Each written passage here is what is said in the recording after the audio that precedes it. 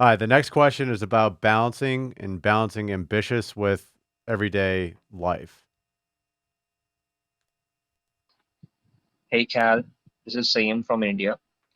Thanks for your podcast and I really enjoy it.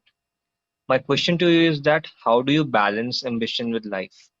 I see many entrepreneurs and leaders say that they are overly ambitious and have very little time available for life and health related tasks.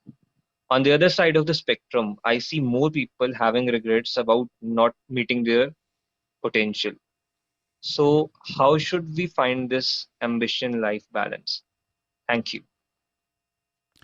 Well, it's a critical question, and I think it's one that we're not necessarily dealing with in a sophisticated manner right now in our cultural moment.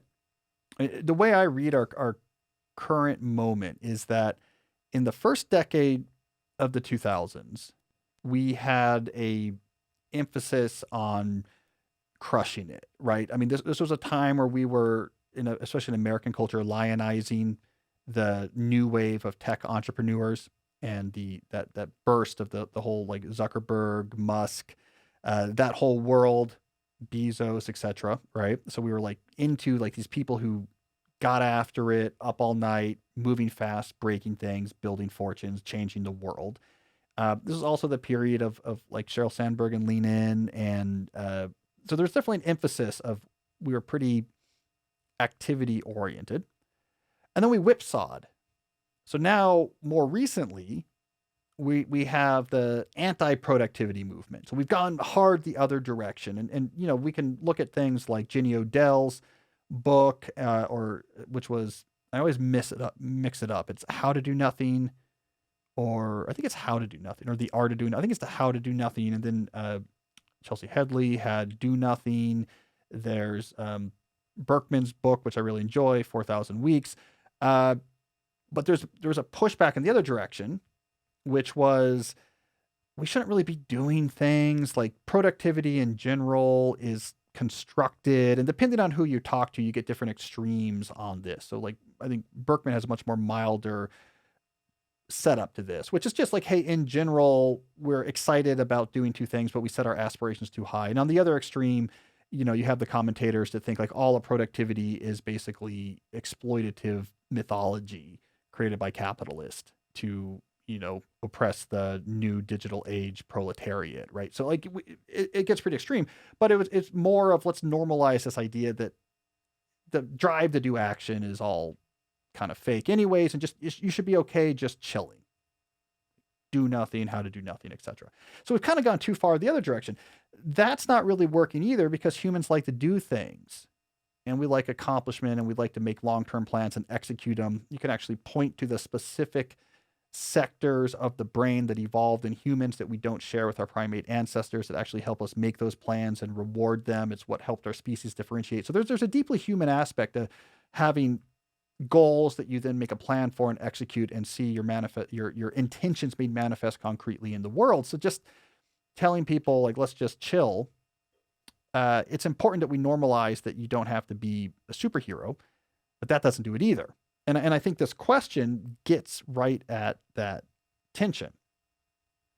So my answer here, this is where I become a bigger believer in this term I've been trying to popularize, slow productivity. And this is a concept that still is in development. It's embryonic. I change what it means each time I talk about it. So you're seeing this in real time. But critical to slow productivity is this idea of, yes, seeking out accomplishment, but on larger timescales. Over the next few years, I care about what I produce over the next few years, that I've produced some things of real value. When you're focused on execution at that slower time scale, it gives you a lot of breathing room and flexibility on the small time scales. When you're trying over the next 2 year period to produce something that you're proud of, a product or a piece of writing, that allows you next Tuesday to just be with your kids and do nothing.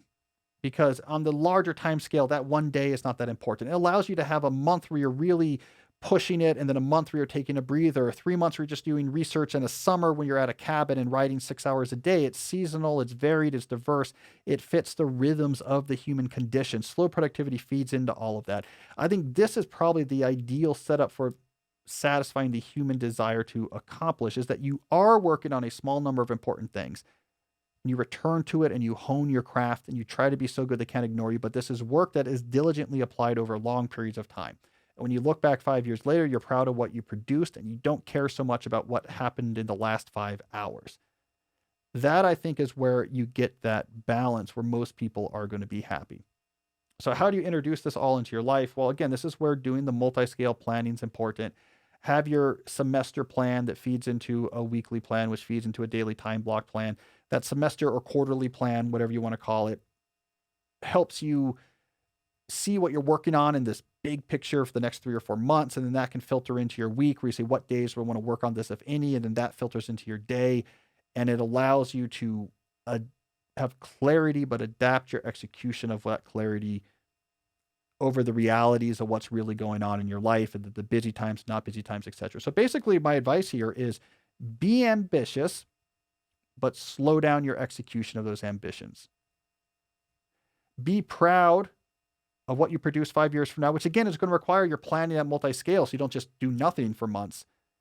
But be really easy on yourself about what you do this week, because it's a hard week, because your kid's homesick and there's a deadline for another work-related project that's annoying you. And it's okay to be annoyed. And it's okay not to get much done that week. So be ambitious, but slow down the execution of that ambition. For most people, I think that's going to be the sweet spot.